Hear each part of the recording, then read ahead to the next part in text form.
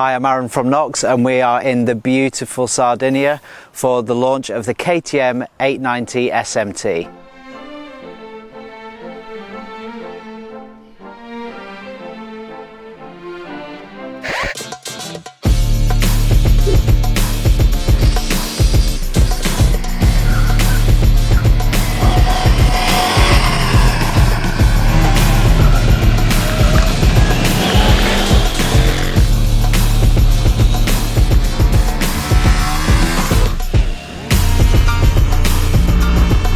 Look at this tarmac, just fantastic.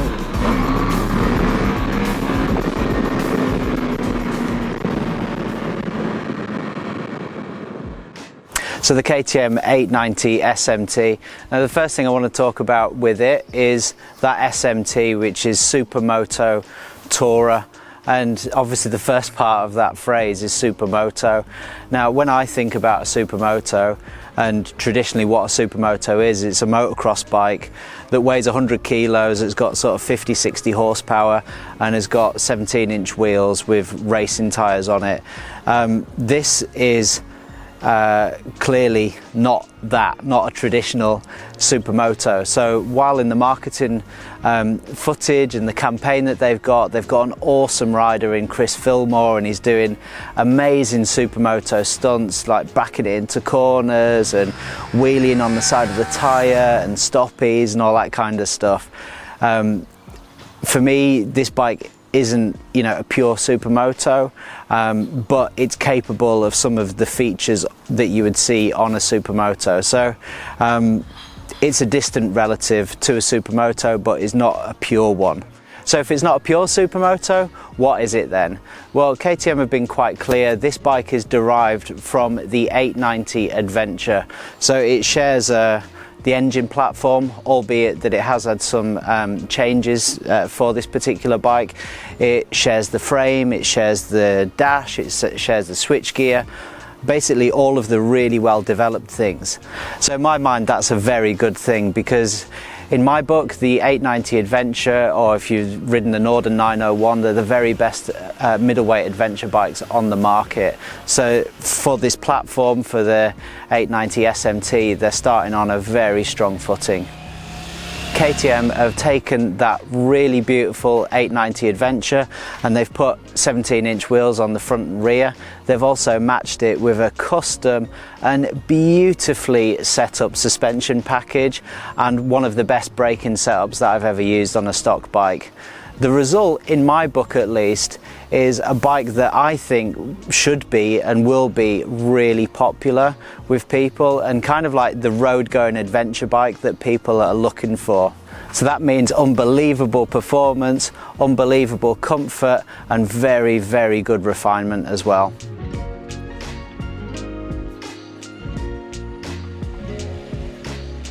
So let's talk about the engine. Now it's a really powerful 105 horsepower parallel twin. The amount of shove and punch that this engine has got in second and third gear corners is just unbelievable, and it's been a real perfect match for the roads that we've been riding here in Sardinia, where you've got a lot of tight switchbacks and a lot of you know, slower second and third gear corners, but the punch this engine has got out of those corners is really, really impressive. It's a very smooth motor, it's also incredibly playful as well, and it does like a good wheelie, definitely. It's very, very playful. The gearing is also near perfect as well. Obviously above like 100 miles an hour and stuff, it starts to run out of puff a little bit, where a more powerful bike would just keep going. But in my mind, that's not a bad thing. For a really high performance road going motor, I think this is a fantastic engine. The only area that I would really nitpick in terms of the engine is that I think that the engine brake could be stronger. Now that for me is a bit of a weakness of the setup in this engine, and I definitely found myself wanting for more engine brake. It's not really a problem when you're doing hill climbs, because you're going uphill and you've got the hill to sort of stop you running on. But when you're coming down hills and you're taking corners, I found myself a couple of times just running wide a little bit, or certainly needing to trail the brakes a lot more than I would be used to normally. Obviously you can adjust your riding style for that or drop it into a lower gear, but yeah, definitely in an ideal world I'd want a bit more engine braking.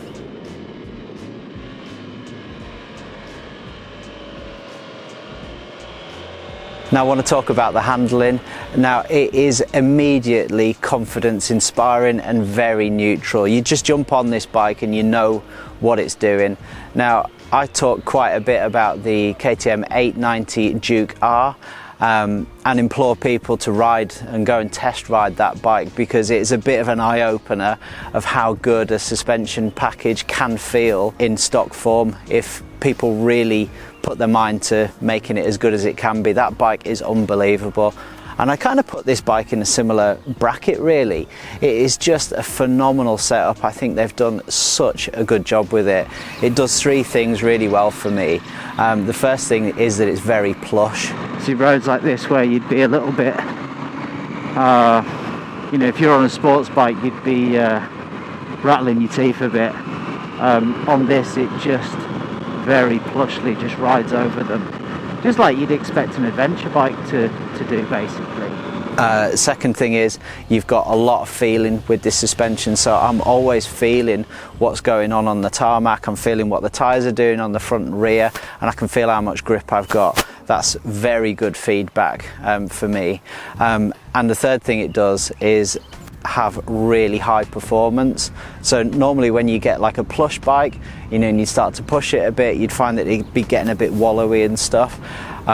This is unbelievable, because when you start to ride it harder, you actually find that, God, blooming heck, there's a lot of performance in this suspension package. So it does mix plushness with feeling, with high performance in a really impressive way, and it is a top-notch setup. You have to say the roads in Sardinia are absolutely unparalleled. So generally speaking, it's a class act, and I think other manufacturers will have a really hard job coming close to it with their suspension packages on similar bikes that they might have. Just the way that the bike rides, I mean, you've got a load of feel.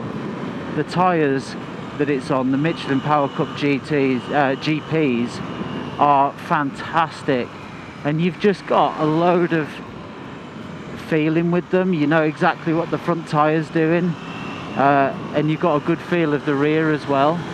And I have to say, the combination with the WP suspension setup that they've got, which is specific to this model, really just plays into that. It's plush, but it's also supportive and allows for very good and sure-footed handling. I mean, look at these roads, they're absolutely fantastic. And again, the only thing negative to say about the handling really is the engine brake, which I was wanting a bit more of, but obviously I've already talked about that. But for me, that is the only area where the handling is ever so slightly under question. Another big standout for me is the braking setup. I mean, for a stock motorcycle, it is absolutely incredible. Brakes are very good. The sharpness, the power, and the feeling of the brakes is just next level. Obviously this has got Bosch ABS system, and when you've got the Supermoto ABS applied, basically you can do whatever you want. You can do rolling stoppies, you can do stoppies, you can do skids, you can basically brake as hard as you want, and you've got absolutely zero ABS interference unless whether you actually need it. It's an unbelievable setup. So the brakes are so strong, but probably nitpicking a little bit. I think if it was my own bike, I'd be looking to find maybe a slightly less aggressive brake pad, because they are so sharp and so strong.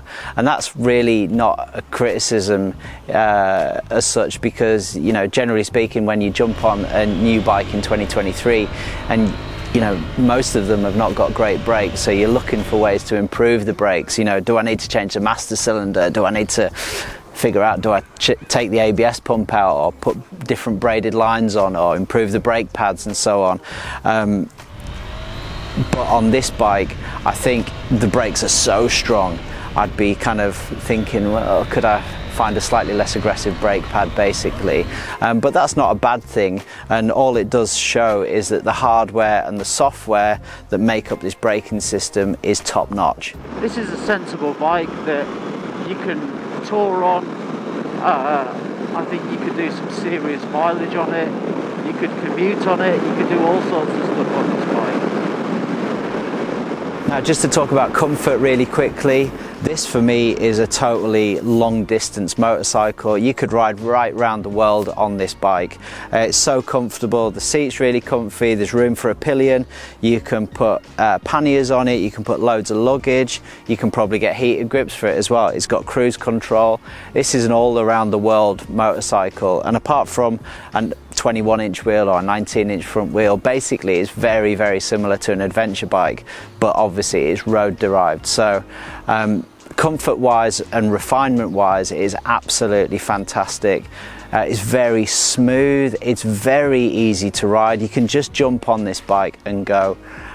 We got 200 kilometers out of a tank, and that was riding really aggressively. I think you could probably get 250 to 300 if you were riding a bit more gentle. So the refinement of it is very good, and it's very, very smooth and easy to use as well.